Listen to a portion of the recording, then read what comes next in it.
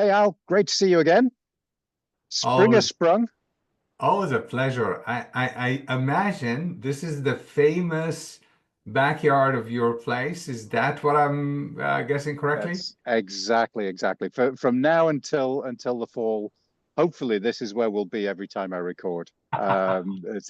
This is my happy place, my Zen place. There are birds singing. The church is right there. I don't know if Love you can it. see it Yeah, right yeah, yeah. there in the background. So this is my happy place. And so it's a great place to sit, record, hang out with my friends, and Excellent. talk about the philosophy and the practicality of PMOs and project management. So Fantastic. so Looking forward to it. What do you have? What do you have for us well in the? so having the church right there, right, is Yeah. quite a good reminder that change is hard, right? That Mm, church has been there for 800 years or something, and really okay. hasn't changed in that time. Yeah. So one of the things that I hear a lot is that, the culture in this place is just doesn't like change. It's Oh, impossible for it to change and improve anything. Uh, yeah. you've worked in all kinds of different organizations over the years. Yeah. Is there such a thing as an organization and a culture that can't change? The sad answer to that is yes. And I say that with a heavy heart because that means really that the leaders are unwilling to change. What is a culture? At the end of the day, as we talked about, even and touched on that multiple number of times in every interaction you and I have, in a way or another, even without using the words culture, it's a compilation of how we work, what do we exist for, what is our leadership style, what are the dominant behaviors, Yeah, what values we put on certain things, and uh, the human aspect and how to truly get to a human being rather than a human doing. There's a lot of, that philosophy as well. There's a lot of talk nowadays about we've done very well on the doing side. We organizations, and even you can see with the investment in AI and everything else, we're so keen on doing. However, a lot of that doing could be hurtful to change, could be hurtful to the kind of culture that we want to have because ultimately you want human beings who are inspired. Culture change is about inspiration. It's about energy. It's about motivation. It's about seeing enough of those inspired leaders connecting the dots for organizations so that you can get the masses to move and get excited. So it's a hard topic for me, but let's tackle it. It's uh, well, yeah. so here's an interesting one, right? So I mean, you could build an argument that says if your culture doesn't change, you're not long for this world, and we've Mm, seen that happen, right? Once phenomenal companies reduced yeah. to a shadow of what they used to be, Yeah. right? We've all seen that, and you can Yeah. pick your favorite Yeah. example, whether it's Polaroid or it doesn't really matter who it Yeah. is. Um, but then within the PMO, right, there's a different question because in the project management community, there is still a little bit of a culture around artifacts and outputs Yeah. and the iron triangle. Now Yes. that culture we ought to be able to change, right? Yeah, absolutely. And I think between the three of us, you and I and Laura, we mentioned Laura a lot because we love what her thought process is. Laura Bernard also, when she talks about the impact engine, impact driver, that's the whole idea. I mean, you got to be, from a PMO standpoint, willing to all. What I add to what she talks about usually is the vulnerability that's needed. For us to change, we need to be vulnerable and realize that no matter how successful we were in the artifact land and the templates land and the structural land, none of that truly matters if we're not creating the kind of change we want to have on the organization and the results that the PMO is driving. So I think it starts with almost like we mentioned that before, this whole idea of being thoughtful. We want to invest again as PMOs in thinking again for a change and making sure that we we run through a value validation exercise, for lack of a better word, and think truly about every single aspect of our energy, where we spend our time, what we invest in developing, etc., and ask very simple questions about why does it matter? What impact would it create?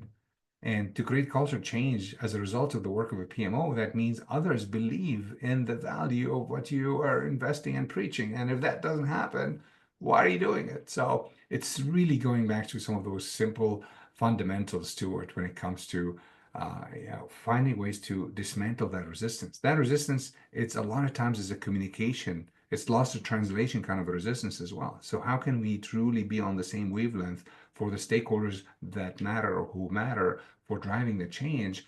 And that's the magic of it. Yeah. So I'm a big fan of a TV show called The Big Bang Theory.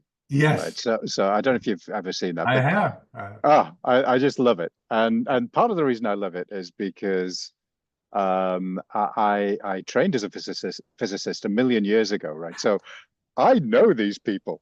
Yeah, you can relate. You can relate. Yeah, to a pretty large degree, they are my people. Yeah, And there was a really fun episode where one of the characters, Sheldon, is definitely on kind of the autism spectrum, and he's a little bit difficult to work with, yeah, and he kind of likes things done the way he likes them done. He doesn't like change. yeah. And one of the characters gets a book on managing toddlers, Okay. and so she wants him to change doing something. Yeah, And so she goes to him. She's got the book, and she's going, "Would you like to go to the shops or go to the park?" Right? yeah. And he's like, "Oh, I'd like to go to the shops."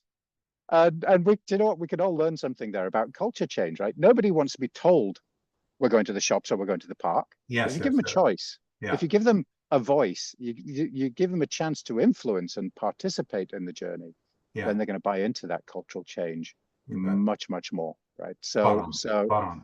go Spot on. go watch Big Bang Theory. It'll teach you everything you need to know about project management. Absolutely. We don't need to add much there. No, it's a great one. So at the end of the day, what I'm learning here from our dialogue is that you gotta have skin in the game. You gotta really be invested in the change. Yeah. You gotta make sure that it makes sense to you, that you have the right cascading of the communication around the vision behind it and so forth.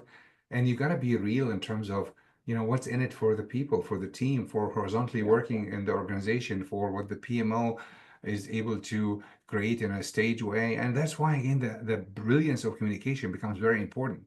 Whether you have the right roadmaps or the right briefs or reports, or are you able to use AI to help you, for example, fine tune your ideas and shift it to the language of the audience. You got to do whatever you need to do to make sure you tackle this as a holistic approach. Change requires that we look holistically at why we're changing, where we're heading, why are we heading there, the classics of that. But then ultimately, it's about the people piece. Are we taking the people along on that bus?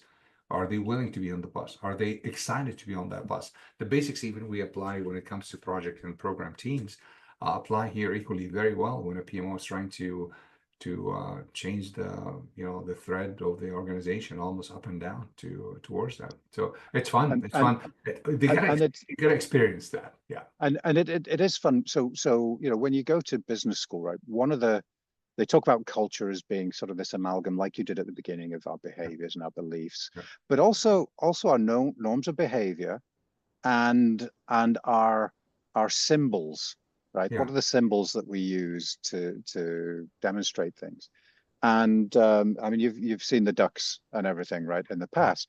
So my little rubber ducks, they're crazy, right? But it's all about this idea that your execs don't care about the ducks, right? They don't Yeah. care if it's a boy duck or a girl duck. They just want eggs. Eggs. Yes. That's what it's about. It's about value. Yeah. And so, if you happen to bump into me at a conference, I'll be in Barcelona in a week's time, for example. Actually, by the time this goes out, I've probably just been to Barcelona. but we'll give away the ducks and put the duck on your desk, right? And use it as a totem, use it as something physical that you can say, this represents our new culture. Yeah. We are now focused much more, right? Our focus is on delivering the egg, not Yeah. on the silly ducks. Right? Yeah. And when you do that, you make it physical, make it fun. It really just helps communicate the idea. And there's the just one kind of fun thing before we wrap up today. One guy that I gave, actually I gave him 3 ducks. There were 3 guys of his team at one conference, and I gave them a duck each. A year later, I saw them at another conference, and he came up and he went, "Stuart, I got to show you this. Got to show you this." He opened his phone up, and he showed me a picture of their office, and along the top of the cubes was a row of 18 rubber ducks. And so this had just taken off and become the language that they used, that it was all about the egg. We've got to defend the egg.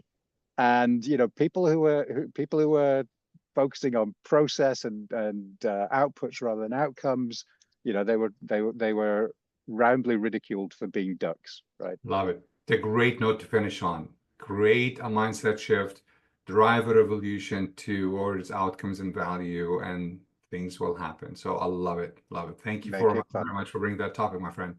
All right, my friend. See you next time on the next Mythbusters. Cheers.